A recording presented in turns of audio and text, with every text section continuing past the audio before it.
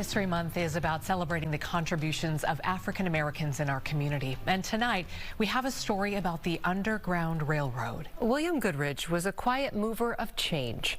He came to Minneapolis around 1865 and lived his final years dying without any fanfare. He kept his secrets about the Underground Railroad, but as we've learned, he was a key player in fighting slavery. To understand one of Minnesota's most notable figures in American Black history, he was all part of all of that. You have to go to where the story began. York, Pennsylvania, and a secret room used in the Underground Railroad. Everybody knows the name Harriet Tubman, but in terms of importance, where does William Goodridge stand? Well, he would be standing beside her. He risked everything. Absolutely, and he did his entire life. William Goodridge, born into slavery, freed at the age of 16, an eventual businessman who became one of the wealthiest men in York in the mid-1800s. And long before his life ended in Minnesota, he got his start as a barber. Imagine shaving the richest white man in the city. Imagine listening to how they made money. Right. By purchasing property. Kelly Summerford is the director of the William Goodridge Museum, and he knows the history well. Goodridge eventually owned an emporium that once stood on this corner. To sell the items that he sold in his emporium was just about everything. He rented space to a newspaper. He rented space to other barbers. He sold instruments. He sold the Christmas tree. I always say he was the QVC of the 1800s, you know. His ability to move goods back and forth from Philadelphia allowed him to hide enslaved people seeking freedom. This is one of his ads for his Reliance rail line. He owned 13 rail cars, for which one had a fake bottom or a fake wall where he could hide a freedom seeker during the day in trying to get them to Philadelphia. Inside his home at 123 Philadelphia Street, a secret room where he could hide people. Now a museum, the public can view this history for themselves.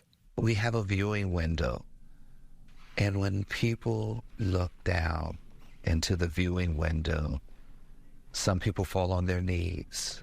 Some bawl. Some people start singing. But it's always an experience. Swing low, sweet chariot, coming for to carry me home.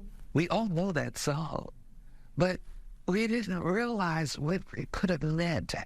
You know, you had to be lower than the shrubbery.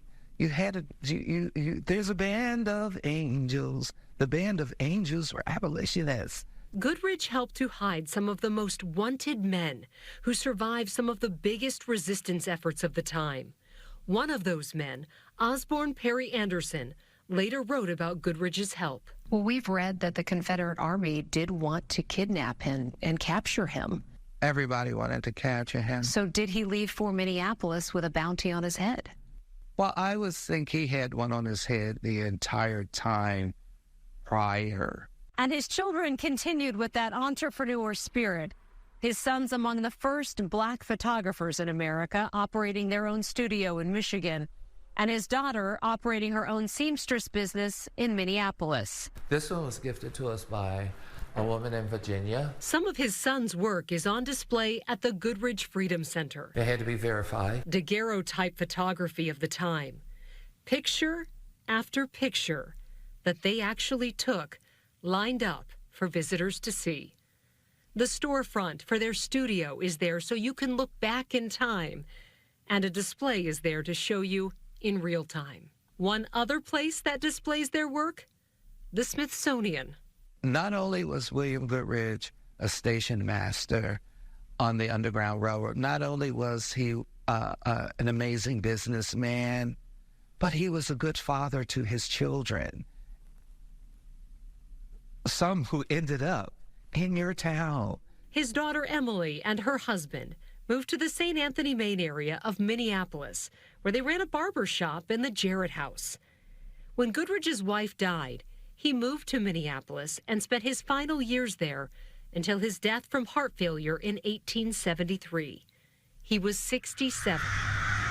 He's buried at Pioneers and Soldiers Cemetery in Minneapolis, alongside his son Glenn Alvin and one of his grandsons.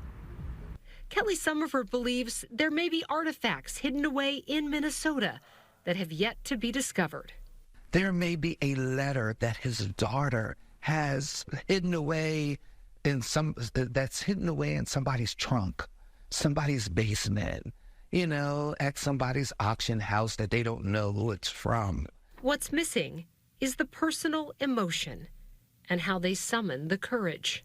What really gave them the tenacity? Right. To keep it going, because they kept it going. I could say, oh, look, I've helped one person. I think I did my job. Now I'm scared, But they kept on. They kept going. And with that, this story may very well be continued. It was a secret operation, the Underground Railroad, and you did the right things now. But Harriet Tubman lived on into 1903, 6, something like that. And she was able to tell her stories in a free space. William Goodridge did not have that liberty. Oh, swing low, because of when he died, coming for to carry me home.